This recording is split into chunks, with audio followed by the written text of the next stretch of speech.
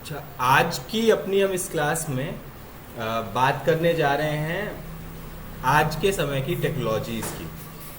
ठीक है। मतलब आप ऐसे समझिए कि यदि आप कंप्यूटर के बारे में कुछ नहीं जानते हैं और आप पहली बार कंप्यूटर सीखने जा रहे हैं, तो आपको ये जानना बहुत ज़्यादा ज़रूरी है कि किस किस प्रकार के कंप्यूटर होते हैं और दूसरा वो किस प्रकार से काम करते हैं। ठीक है। तो आज की इस क्लास में हम बात करेंगे टुडेज टेक्नोलॉजीज़ की। ठीक है, आज की जो भी टेक्नोलॉजीज़ हैं उनकी, जिनमें हम मेनली फोकस करेंगे कंप्यूटर्स, अलग अलग प्रकार की जो डिवाइसेस हो सकती हैं वो, और वेब या इंटरनेट, इन सब चीज़ों पे। ठीक है। तो आगे बढ़ते हैं और समझते हैं क्या क्या चीज़ें हैं जो हमारे आसपास हम लोग को दिखती हैं। ठीक है। और हम कौन कौन सी हैं जो कंप्यूटर के तरीके से काम करती हैं। तो आगे जब हम आते हैं तो यहाँ पे आप ध्यान से देखिए, आपको ढेर सारी पिक्चर्स दिखाई दे रही हैं, है ना। अलग अलग पिक्चर्स दिखाई दे रही हैं। ये सारी पिक्चर्स जो हैं ये अलग अलग प्रकार के कंप्यूटर्स की पिक्चर है ना। जितनी भी हैं ये सारी क्या है, अलग अलग प्रकार के कंप्यूटर ही हैं। ठीक। इनके यहाँ पे नाम लिखे हुए हैं, जैसे हम सारे लोग या ज़्यादातर लोग इनमें से ज़्यादातर चीज़ों को या तो देख चुके होंगे या यूज़ कर चुके होंगे। ठीक है। तो जैसे कंप्यूटर की यदि बात की जाए एज जेनरिक, तो कंप्यूटर हो गया, फिर लैपटॉप्स हो गए, टैबलेट्स हो गई। लैपटॉप का मतलब क्या होता है, ऐसी चीज़ जो हम अपने लैप के ऊपर रख के यूज़ कर सके। लैप का मतलब होता है गोद, टॉप का मतलब ऊपर। तो ये लैपटॉप हो गया जो हम अपने लैप के ऊपर रख सकते हैं, मतलब अपनी गोद पे रख के यूज़ कर सकते हैं। डेस्कटॉप हो गया जो हम डेस्क के ऊपर या टेबल के ऊपर रख के यूज़ कर सकते हैं। ठीक है। टैबलेट्स आपकी हो गई जो टच स्क्रीन के साथ आती हैं।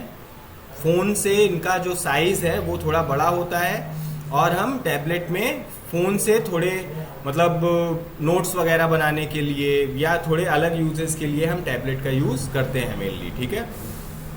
अच्छा, इसके बाद ऑल इन वन आता है। ऑल इन वन भी जो है ना वो एक प्रकार का कंप्यूटर ही होता है। ऑल इन वन भी जो है वो एक प्रकार का कंप्यूटर ही होता है। बस इसमें फ़र्क क्या होता है कि ऑल इन वन में जो सीपीयू है, देखिए यहाँ पे ये पीसी एक दिख रहा है आपको, है ना। इस पीसी के साथ सीपीयू नहीं रखा हुआ है। वहीं यदि हम ध्यान से देखें, यहाँ पे ये जो आपका है सिस्टम, इसके साथ एक सीपीयू रखा है, मॉनिटर है, कीबोर्ड है और माउस है। जबकि यहाँ पे केवल मॉनिटर दिख रहा है, मॉनिटर के साथ कीबोर्ड और माउस साथ में रखे हुए दिख रहे हैं, लेकिन सीपीयू का कोई अता पता नहीं है। तो ऐसे सिस्टम को बोला जाता है ऑल इन वन। मतलब जी, ऐसे सिस्टम को क्या बोला जाता है, all in one. All in one का मतलब जहां पे मॉनिटर के अंदर ही या एक ही सिस्टम में सारी चीजें लगी हुई हों। ठीक है। तो होता क्या है कि असल में इसका जो प्रोसेसर है वो इसी मॉनिटर के अंदर फिट होता है, इनबिल्ट होता है। तो खासियत क्या होती है, अच्छा आप ये भी आप समझिए, यदि एक छोटी सी जगह में हम सारी चीजें फिट कर रहे हैं तो उसकी जो कैपेसिटी है वो थोड़ी कम होगी। तो ऑल इन वन का क्या होता है कि इसकी कैपेबिलिटी थोड़ी सी नॉर्मल कंप्यूटर के कंपैरिजन में कम होती है। अच्छा, इसके बाद अगली चीज आपकी आती है सर्वर्स। सर्वर्स पे हम अभी थोड़ा सा रुक के आगे की क्लास में बात करेंगे। ठीक है। सर्वर्स भी एक प्रकार के कंप्यूटर ही होते हैं जिनका काम होता है अपने डोमेन के बाकी जो कंप्यूटर हैं उन सबको मैनेज करने का। ठीक है। जैसे घर का एक मुखिया होता है, वो मुखिया सारे घर के लोगों के लिए डिसीजन लेता है या उसी की चलती है घर में, है ना। तो सर्वर भी एक प्रकार का होता है, मतलब ऐसा सिस्टम होता है जो बाकी के जो सिस्टम होते हैं उसकी जोन में उन सबको मैनेज करने के काम आता है। फॉर एग्जाम्पल, यदि किसी ऑफिस में है, ऑफिस में, तो वहां पे एक सर्वर होगा जो सर्वर बाकी सारे सिस्टम्स को मैनेज करेगा। उसमें कौन क्या यूज कर सकता है, कितना यूज कर सकता है, ये सारी चीजें मैनेज करने के लिए सर्वर आपका प्रयोग में लाया जाता है। ठीक है। इसके बाद आता है आपका mobile end game devices. Mobile end game devices हो गए। मोबाइल डिवाइसेस वो हुए जिनको आप आसानी से एक जगह से दूसरी जगह कैरी कर सकते हो, एक जगह से दूसरी जगह लेके जा सकते हो। ठीक है। गेम डिवाइसेस हो गए आपके, अलग अलग प्रकार के आते हैं, वीडियो गेम डिवाइसेस भी आते हैं, हैंड हेल्ड आते हैं, कंप्यूटर में फिट करने वाले आते हैं। ठीक है। फिर नेक्स्ट जो आता है आपका वो हो गया है स्मार्टफोन। स्मार्टफोन क्या होते हैं? सबके हाथ में आज की डेट में स्मार्टफोन्स होते हैं, ठीक है। स्मार्टफोन्स का मतलब ये होता है कि ऐसे फोन्स जो नॉर्मल फोन के कंपैरिजन में स्मार्ट हैं थोड़े से। इसको ऐसे समझिए कि पहले जब हमारे फोन आया करते थे तो उनका मेन काम हुआ करता था कॉल करना, बात करना, ठीक है। फोन का जो सबसे इंपॉर्टेंट फीचर है जिसके बिना फोन की कल्पना भी नहीं की जा सकती वो क्या है? बात करना। कोई भी ऐसा फोन नहीं लेना चाहेगा जिससे आप बात ना कर सको और फोटो वगैरह बाकी सारी चीजें ले सको, है ना।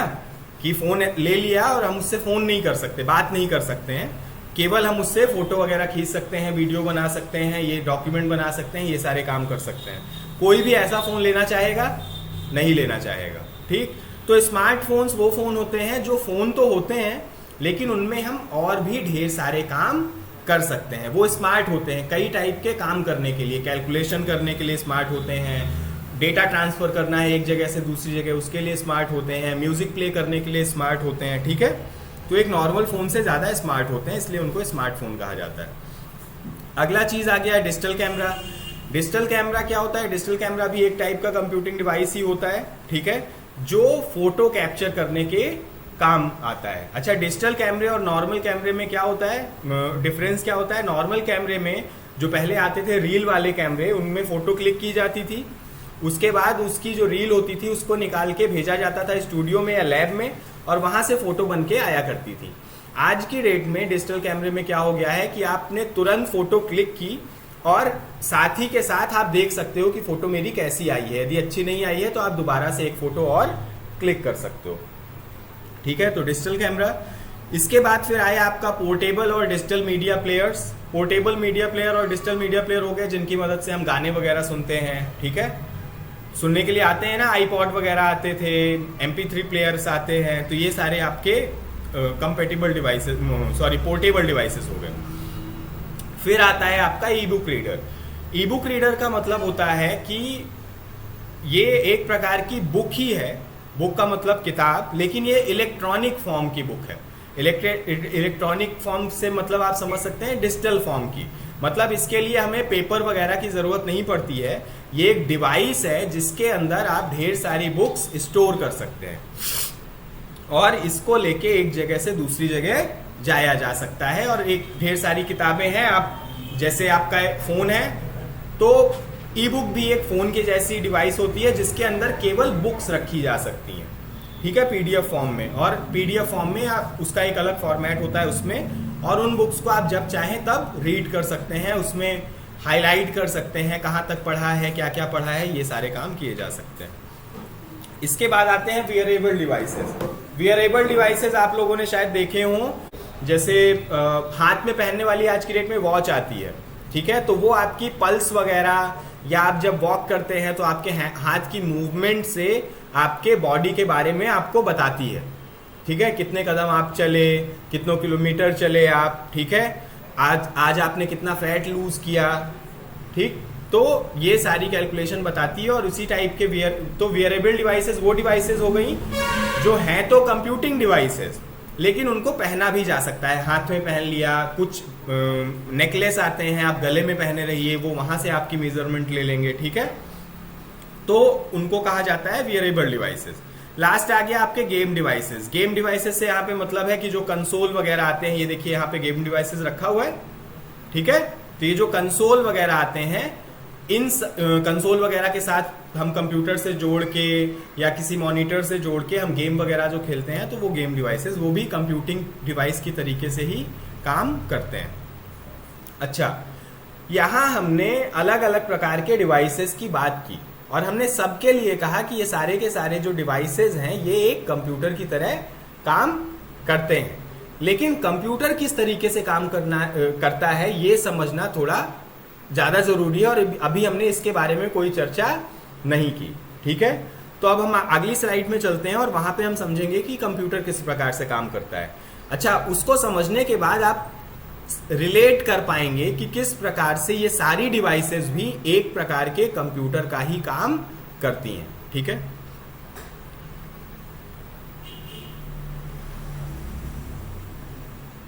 यहां आते हैं नेक्स्ट स्लाइड में। नेक्स्ट स्लाइड जो है वो हमें ये बताती है कि कंप्यूटर का काम क्या क्या होता है। तो देखिए यहां पे बहुत सिंपल सी डेफिनेशन लिखी हुई है कि computer process data into information and often store the data and resulting information for the future use. इसको मैं बहुत आसान शब्दों में यदि बताऊं तो कंप्यूटर क्या करता है, कंप्यूटर एक प्रकार के डेटा को दूसरे प्रकार के डेटा या इंफॉर्मेशन में बदलता है, ठीक है, और साथ ही साथ में उसको स्टोर करके रखता है जिससे हम उसको भविष्य में यूज कर सकें, ठीक है। इसका एक छोटा सा एग्जांपल लीजिए कि मान लीजिए आपकी शॉप में कोई एक कस्टमर आया, ठीक है, उस कस्टमर ने ढेर सारा परचेज किया, ढेर सारा बिल वगैरह उसका बना, आप उसको सामान देंगे, उससे पैसे लेंगे, लेकिन यदि एक आप अच्छे बिजनेसमैन हैं तो आप उसकी इंफॉर्मेशन सेव करके भी रखेंगे कि ये कौन सा कस्टमर है, कहां से आया है, जिससे अगली बार यदि वो कस्टमर आपके पास आता है तो आप उसको ऑफर भी दे सकें और आप कस्टमर को रिटेन कर सकें, अपने पास रख सकें, है ना। तो वहां पे भी हम इंफॉर्मेशन यूज करते हैं, इंफॉर्मेशन को सेव करते हैं। कंप्यूटर भी आपका इसी प्रकार से कुछ इसी प्रकार से इंफॉर्मेशन को सेव भी करता है। अच्छा, दूसरी चीज क्या है, आगे देखें कि डेटा होता किस किस प्रकार का है। तो ये जो डेटा है आपका, ये कई प्रकार का होता है, जैसे टेक्स्ट हो गया, नंबर हो गया, इमेज हो गई, ऑडियो हो गई और वीडियो हो गई। ये होते हैं डेटा के टाइप कि किस किस प्रकार का डेटा होता है, ठीक है। अब थोड़ा सा इसको और अच्छे से समझ लेते हैं। यहां पे देखिए इस स्ट्रक्चर में आपको दिख रहा है कि ये जो डेटा है, ठीक है, ये जो डेटा है ये यहां पे इनपुट के रूप में जा रहा है, ठीक है। ये जो डेटा है ये इनपुट के रूप में जा रहा है और कहां जा रहा है, प्रोसेसर में, ठीक है। क्यों जा रहा है, प्रोसेस करने के लिए। मान लीजिए मैंने यहां पे लिखा 2+3, ठीक है, तो मैंने यहां पे डेटा टाइप किया कि 2+3। अब ये जो है ये कंप्यूटर के पास या प्रोसेसर के पास एक इनपुट के रूप में जाएगा, ठीक। अब वो क्या करेगा, ये जो प्रोसेसर है वो समझेगा कि हम मेरे पास इनपुट क्या आया है, तो वो ये समझ पाएगा कि देखो दो नंबर आए हैं, ठीक है, एक 2 और एक 3, ठीक है, और एक साइन आया है। क्या आया है, साइन आया है, किसका, प्लस का।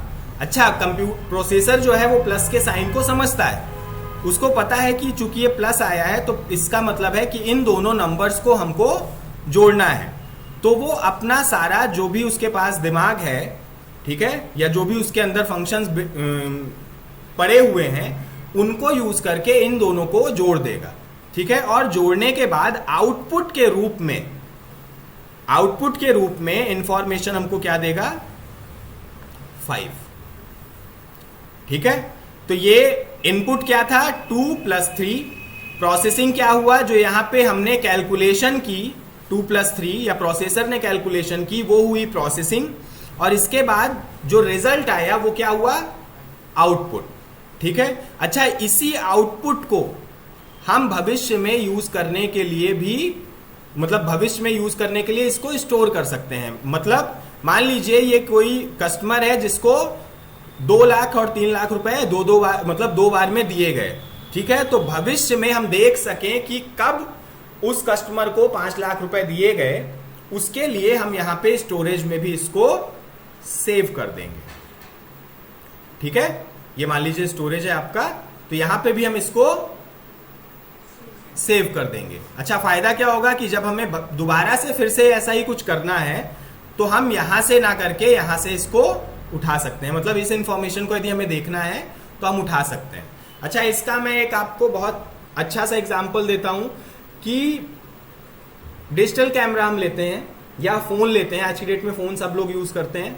फोन से हम कोई भी फंक्शन हो हमारे घर में, हम लोग फोटो वगैरह क्लिक करते हैं, ठीक है। तो जिस टाइम पे हम फोटो क्लिक कर रहे हैं, फोटो खींच रहे हैं, उस टाइम पे हम क्या दे रहे हैं, इनपुट दे रहे हैं। उस टाइम पे क्या कर रहे हैं, इनपुट ले रहे हैं। इनपुट कहां से ले रहे हैं, कैमरे से ले रहे हैं इनपुट, ठीक है। अच्छा, जैसे ही हम फोटो खींचते हैं उसका हमें आउटपुट दिखाई देता है कहां पे, हमारी स्क्रीन पे, स्क्रीन पे हमको क्या दिखाई देता है, आउटपुट दिखाई देता है। अच्छा, आज की डेट में बहुत ढेर सारे फिल्टर भी आते हैं, तो वो फिल्टर जो है क्या करते हैं, फोटो की क्वालिटी को बढ़ा देते हैं। तो असल में फोटो वैसी नहीं होती है, लेकिन वो उसकी क्वालिटी को क्या करते हैं, इंप्रूव कर देते हैं। ठीक है, तो हमने फोटो खींची, इनपुट लिया, प्रोसेसर ने उस फोटो को लिया और उसकी क्वालिटी को इंप्रूव किया, और इंप्रूव करने के बाद हमको आउटपुट में दिखा दिया कि ये फोटो आपकी आई है।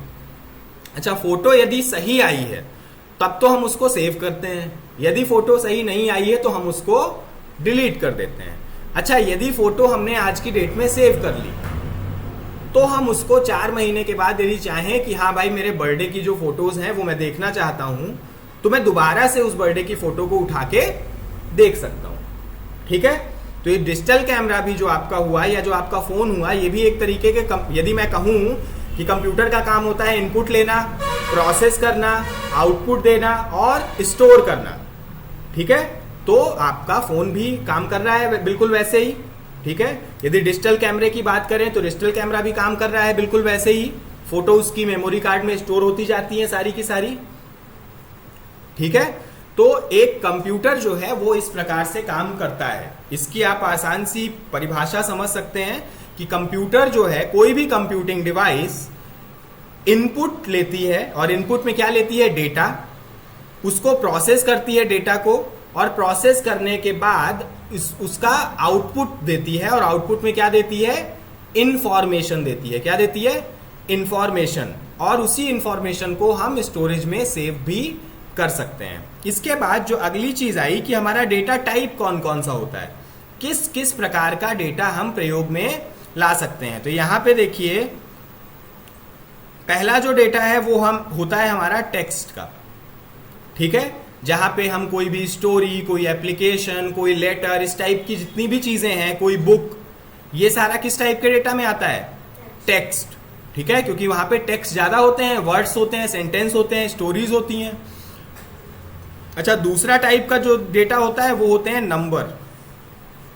क्या होता है, नंबर। नंबर का मतलब क्या है, जैसे फाइनेंशियल डेटा है कहीं का, किसी कंपनी का सेल का डेटा है मान लीजिए। ठीक है, कि कौन सा माल कितना बिका, किस रेट में बिका, किस कस्टमर को बिका। ठीक है, तो यहां पे कितने रुपए का बिका, और ये सारी चीजों से कैलकुलेशन की जा सकती है।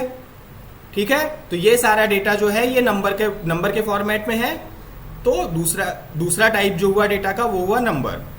तीसरा टाइप जो हुआ वो हुआ इमेज। ठीक है, हम फोटो वगैरह भी क्लिक करते हैं। चौथा हुआ आपका ऑडियो, और पांचवा हुआ आपका वीडियो।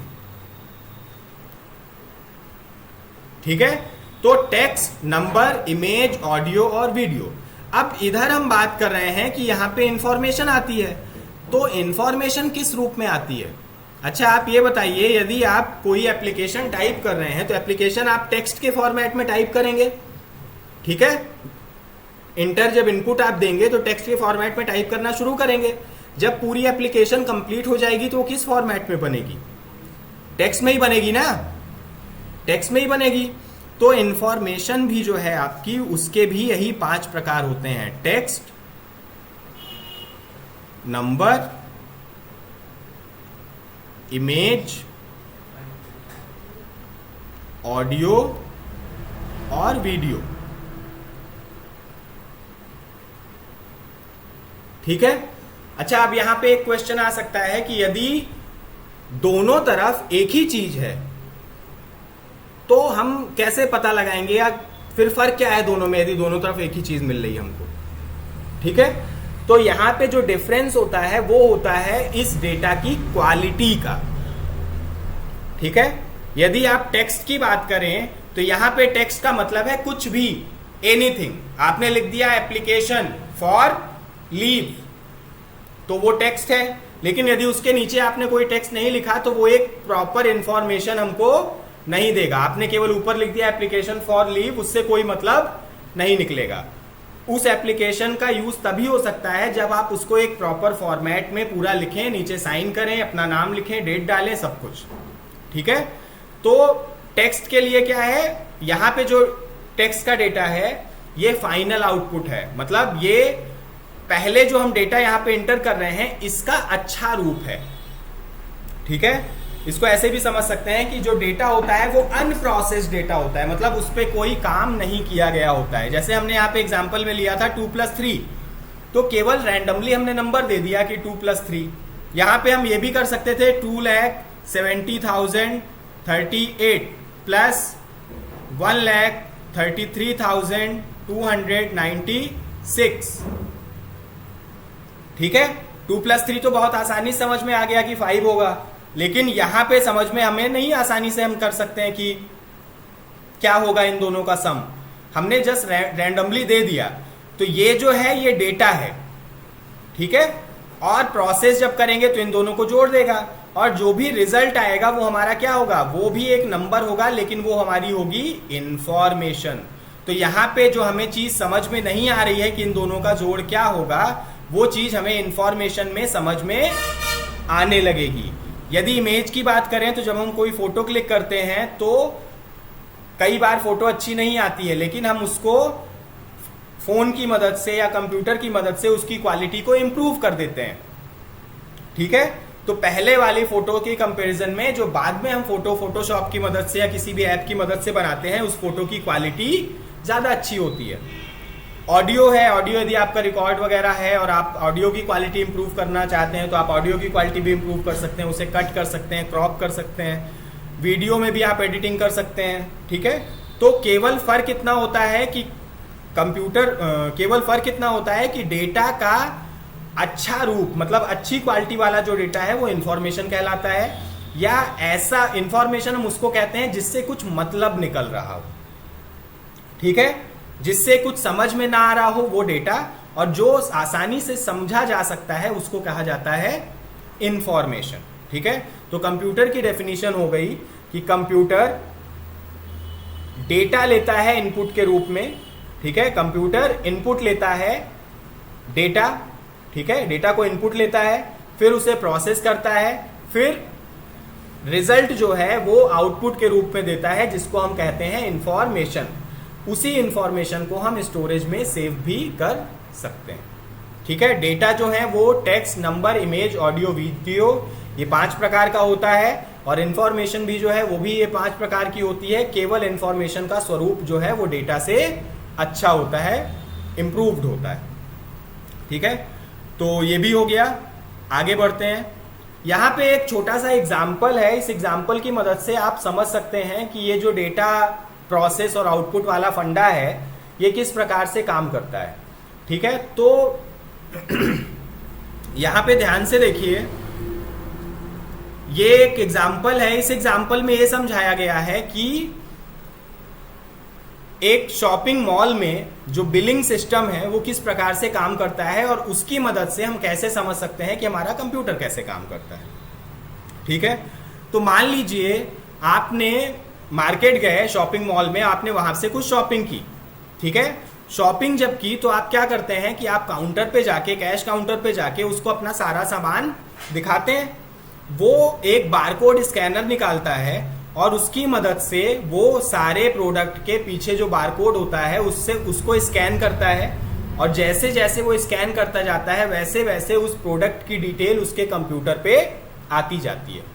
ठीक है, तो वो जो बारकोड स्कैनर है वो किसका काम कर रहा है, इनपुट लेने का काम कर रहा है। किसका काम कर रहा है, इनपुट लेने का। अच्छा, इनपुट में क्या ले रहा है, डेटा ले रहा है। क्या ले रहा है, डेटा। डेटा क्या ले रहा है, डेटा ये ले रहा है कि आप कौन सा प्रोडक्ट खरीद रहे हैं। ये देखिए यहाँ पे, आप कौन सा प्रोडक्ट खरीद रहे हैं। अच्छा, और क्या लेता है इंफॉर्मेशन, कौन सा प्रोडक्ट कितना खरीद रहे हैं। ठीक है, जैसे यहाँ पे लिखा हुआ है ना कि 2 मीडियम सोडा, तो मीडियम सोडा आपने 2 खरीदे। ठीक है, तीसरी जो इंफॉर्मेशन लेता है वो लेता है कि हर प्रोडक्ट का प्राइस क्या है। तो यहां पे देखिए क्या लिखा हुआ है पहले में कि 2 मीडियम सोडा उसने लिए कस्टमर ने, और 1 मीडियम सोडा का प्राइस है एक मीडियम सोडा का प्राइस है $1.49। ठीक है, तो ये जो है डेटा यहां पे लिया। अच्छा, इसके बाद कस्टमर ने उसको $20 की नोट भी दी। तो ये सारी चीजें उसने इंटर की अपने सिस्टम में बारकोड स्कैनर की मदद से एंटर किया उसने प्रोडक्ट की डिटेल, उसका प्राइस, उसकी क्वांटिटी और अमाउंट जो है वो उसने मैनुअली किया कि 20 रुपीज कस्टमर ने दिए। अब यहां से हमें अभी इस डेटा में हम कह रहे हैं कि ये डेटा है, इस डेटा से हमको ये समझ में नहीं आ रहा है कि उसका बिल कितने का बना। आ रहा है समझ में? उसका बिल कितने का बना ये आ रहा है समझ में? नहीं आ रहा है। अच्छा, जो कैश काउंटर पे बैठा है उसको उससे कितने रुपए लौटाने हैं या कितने रुपए काटने हैं, आ रहा है समझ में? ये भी नहीं आ रहा है समझ में। ठीक है, तो अब जो ये डेटा, क्योंकि ये इसलिए नहीं आ रहा है समझ में क्योंकि हमने कहा था कि डेटा जो है वो डेटा से चीजें समझ में नहीं आती आसानी से। अब ये डेटा जो है इसको लिखने के बाद उसने वहां से एक कमांड प्रेस किया, ठीक है, एक इंस्ट्रक्शन दिया कि अब भैया आप इस बिल का जो भी इंफॉर्मेशन मैंने डाली है उसको सम करिए और कैलकुलेट करके मुझे बताइए कि मुझे कस्टमर से कितने रुपए लेने हैं और मुझे कस्टमर को कितने रुपए वापस करने हैं। जैसे ही उसने इंस्ट्रक्शन दिया तो ये आपका इनपुट आ गया सीधे प्रोसेसर में। ठीक है, अब प्रोसेसर क्या करेगा कि प्रोसेसर जो भी डेटा यहां पे आपका मिला है उस डेटा के हिसाब से, उस इनपुट के हिसाब से चीजों को कैलकुलेट करेगा। जैसे एक सोडा का प्राइस है $1.49, तो 2 का कितना होगा, तो करेगा 2.2 इंटू 1.49 इज इक्वल टू 2.98। इसी तरीके से ये सारे प्रोडक्ट को जोड़ लेगा। जब सारे प्रोडक्ट को जोड़ेगा तो इसका सम कितना आएगा, 13.12 या $13.12। कस्टमर ने उसको दिए थे $20, उसको काटने हैं, जितना सामान उसने लिया वो हुआ $13.12 का। तो अब कस्टमर को पैसे कितने लौटाने हैं, 20 माइनस 13.12 जो कि बराबर होगा आपका 6.88 के। प्रोसेसर ने आपका ये सारी कैलकुलेशन बैकग्राउंड में कर ली।